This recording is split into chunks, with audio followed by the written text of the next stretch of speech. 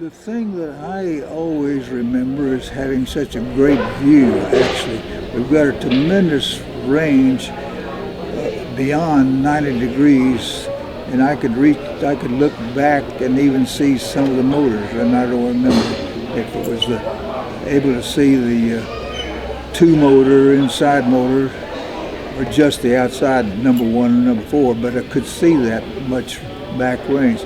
The view in these Cheyenne turrets was so much improved over the old F model Stinger tails that they have. The glass is so much clearer. I say the glass, the whatever we were using for windows, and there was much larger windows in the Cheyenne turret than in the F. The F had smaller windows, and in very, very cold, very high altitudes and the cold temperatures, the insides of those F model windows would freeze over. They wouldn't frost over, they'd freeze over. And that really caused me some early problems on my early missions because I hadn't been prepared for that and hadn't been told about that. So the second mission I went on with a F turret. I took some scrapers and whatnot where I could scrape that off and whatnot. So I was flying blind part of my first mission and was probably no help at all really from protecting from any attack from my angle. So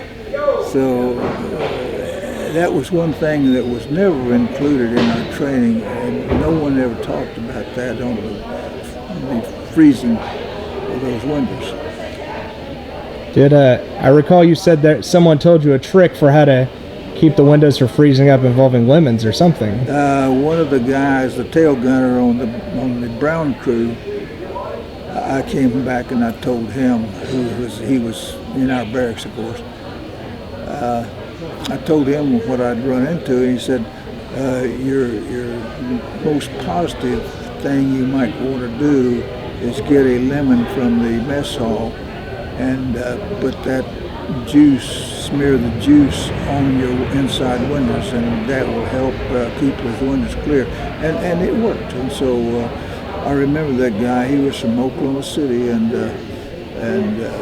gave me some good advice. Was it physically difficult to be in that position there for many hours on end? Well, of course, at that age, being a young guy, I was always extremely involved in athletics, so I was extremely agile and limber and all this sort of thing. And I have no recollection of it being a difficult place to get into or a difficult place to stay. One of the questions that I used to get all the time was, didn't you feel so cooped up and whatnot? Of course, it was tight, but I didn't have a feeling claustrophobia at all, and ever. Now, some people might have that, but what we had was right at our fingertips. The oxygen bottles, the radio plug-ins, the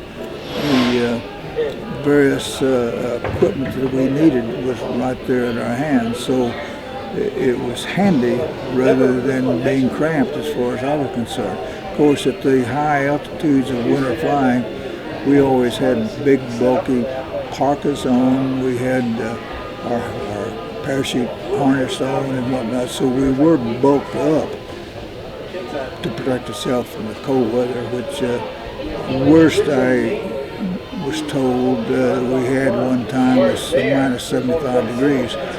Often we had in those winter times 50 degrees but below zero, 75 degrees below zero. So that was one of the real problems that we had to protect ourselves from. The other icing problems that would be pertinent that we looked to details on was our oxygen hose, which after we got to 10,000 feet, we would be on oxygen. And since you had an oxygen supply coming up to your mask, you would end up having breath moisture within that tube. At that temperature, that we had, it had a tendency to freeze that moisture in your tube, and you could potentially shut off the entire oxygen supply. So one of the things that we were always instructed to do was keep mashing that tube and breaking up any potential ice, and it happened all the time. And you just break that up and make sure your oxygen tube kept clear, so you wouldn't be, because you could black out in a hurry if you lost your supply. In fact, that happened on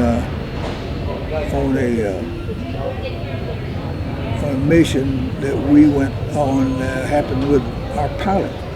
He was sitting up there with somebody, and all of a sudden he got his oxygen supply iced over and slumped over, and lost control of the plane. His co-pilot had to take over and take us to the ground.